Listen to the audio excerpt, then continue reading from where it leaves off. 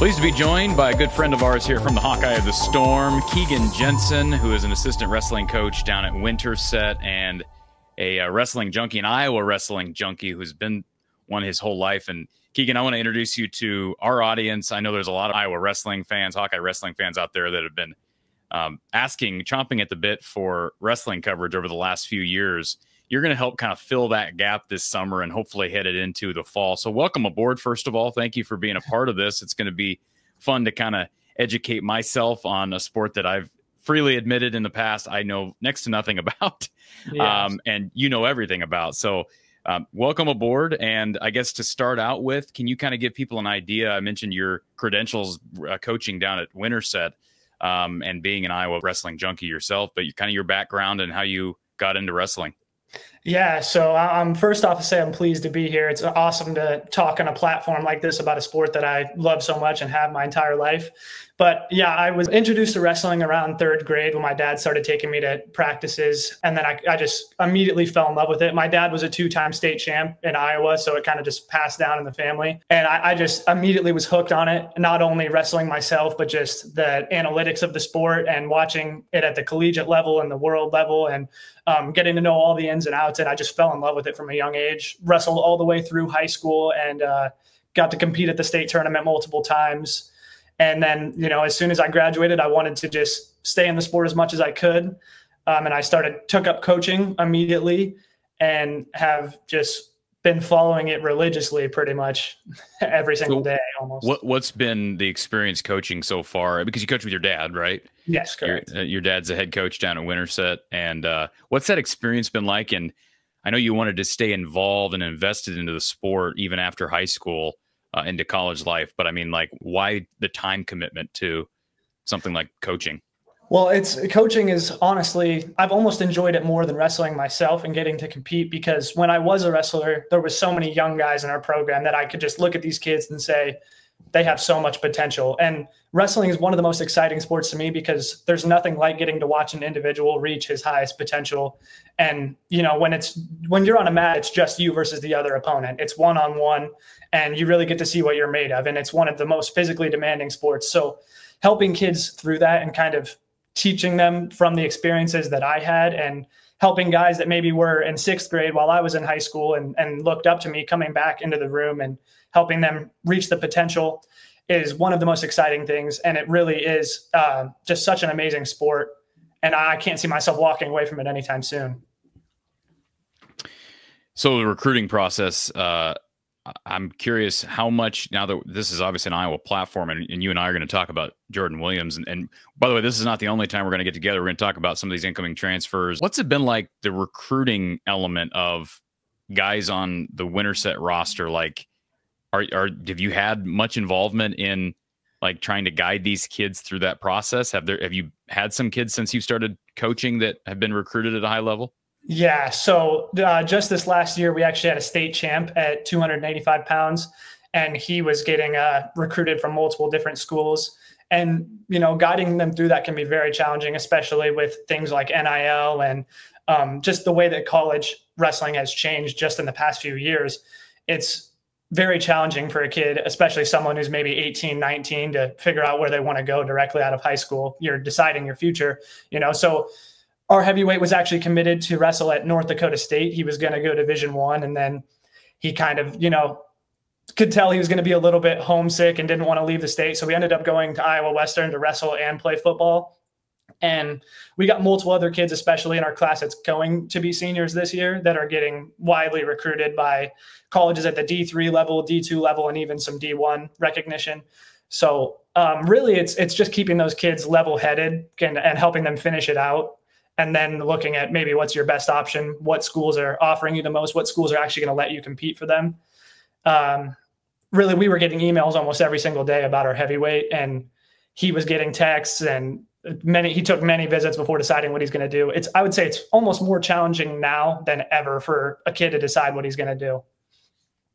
Very cool. Well, again, we're going to look forward to your insight on everything college wrestling in the coming months. But want to hit on a subject that's a bit news related, but also want to talk about his bio, assuming he ends up at Iowa. I think there's some Right. question marks regarding his status, and that is incoming transfer Jordan Williams, who was recently charged, according to the Des Moines Register, charged with assault and public intoxication in relation to an incident that occurred at the Reunion Brewery in Iowa City. This is a young man, and you know all about Jordan Williams' career. He was at Oklahoma State and then was at Little Rock. Iowa took a couple of kids from Little Rock during this most recent portal swing, and Iowa's not commented on this. Per the Des Moines Register, they can't comment due to the fact that he's not officially on the roster. Having not gotten a statement from Iowa, just give us your reaction to this news. Allegedly refused to give a BAC test to get his blood alcohol level, and then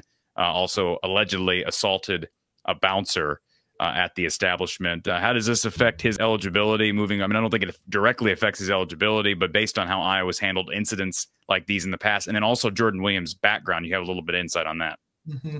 Yeah. So Jordan Williams' initial reaction is that it's very disappointing. You don't want to see that happen, especially with someone who is set to be a great addition to Iowa's lineup for this upcoming season. Jordan Williams is a junior, so he's got 2 years of eligibility left. No idea what's going to happen, if he's going to spend that with Iowa or if he's going to be forced to transfer somewhere else for this season.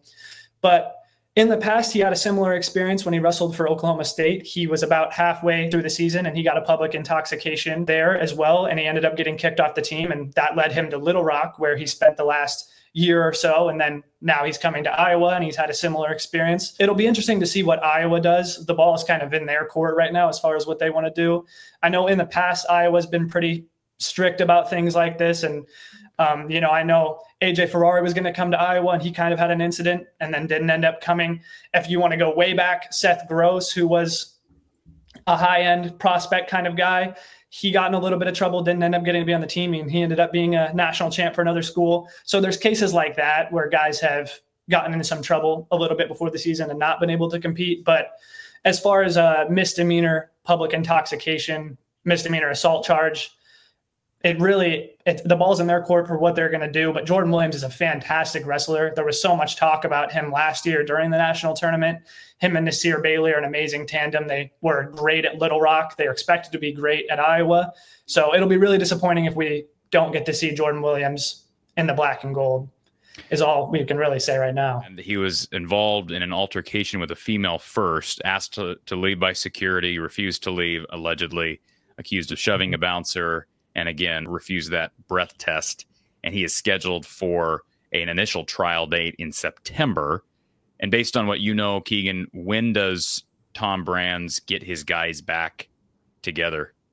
I mean, I would assume that they're training right now. I mean, we're kind of in the heart of the off season and kind of freestyle tournaments, which are usually what take place at this time. Like there's the senior level world championships and the U20 level world championships, things like that going on. So he's training a lot of his guys for freestyle right now, but overall the team is together and they're working out, I would say, almost every single day under the Hawkeye Wrestling Club.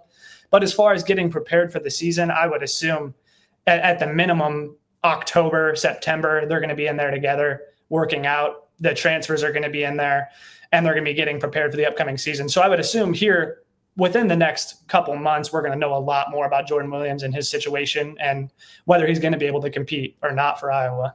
And I'm sure somebody will fill us in the comments or something about why I was not able to comment on it, because it's based on what you just said.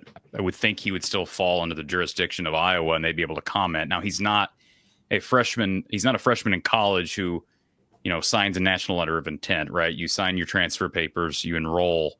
And then my understanding is at that point, the institution you're transferring to can comment on whatever, just on the fact that you're there. We had Ben McCollum on for men's basketball here a few weeks back, and we couldn't ask him about one of his incoming players. Now, he was a freshman, Tate Sage, because he had not officially signed yet, but that happened. So give people an idea, for those that maybe haven't seen tape of Jordan Williams at Little Rock or at Oklahoma State. What is Iowa getting? It sounds like he is a solution at 149. Yeah, he is fantastic. I mean, I got to watch him a bunch last year. He's not one of those guys that's going to win a match 2-1 or 3-2. He's going to light up the scoreboard, and he's an offensive wrestler that wrestles the entire match. I mean, it's not just a guy who's going to come out and pummel you in the first period and then die out by the third. he's a fantastic wrestler. And last year at Nationals, we kind of got to see what he was made of. He went out and won his first 2 matches in kind of dominant fashion, and then had a close match with the 1 seed before going to the backside after losing the quarters. And he ended up finishing 1 match away from being on the podium, which is an amazing feat for a Division I wrestler. So we finished top 12 in the nation. And, you know, joining Iowa, you'd expect him to kind of take a climb and jump on that podium this year. So he's someone with a lot of potential, and the ceiling is unlimited as far as Jordan Williams goes. And if we see what he did at Little Rock and the way he's improved each year, it'd be no surprise to see him being a top 5 wrestler this year. And so they're going to be missing out on a big key piece to this lineup if he's not able to compete, because he is a fantastic wrestler. Kyle Parko and also Caleb Rathton were both guys in that weight class, right, that Iowa's has lost. And so the need there. And then I think you mentioned this earlier, but he had a buddy that transferred in from Little Rock as well. So you just wonder again how Iowa handles this situation from a legal standpoint with Jordan Williams' status on the team, how that affects fellow teammate. Is it Bailey? Yes, Nasir Bailey. Nasir Bailey. So yeah, Jordan Williams and Nasir Bailey, a couple of Little Rock transfers who we hope will both be on the roster this coming winter season. And Keegan Jensen, who is our wrestling junkie, our newest addition here from the Hawkeye of the Storm. Keegan, appreciate the time, sir. We'll continue to make these a regular feature and kind of scratch that itch, so to speak, as far as Iowa wrestling fans here from the Hawkeye of the Storm. Thank you for being here. Yeah, absolutely. Thank you for having me.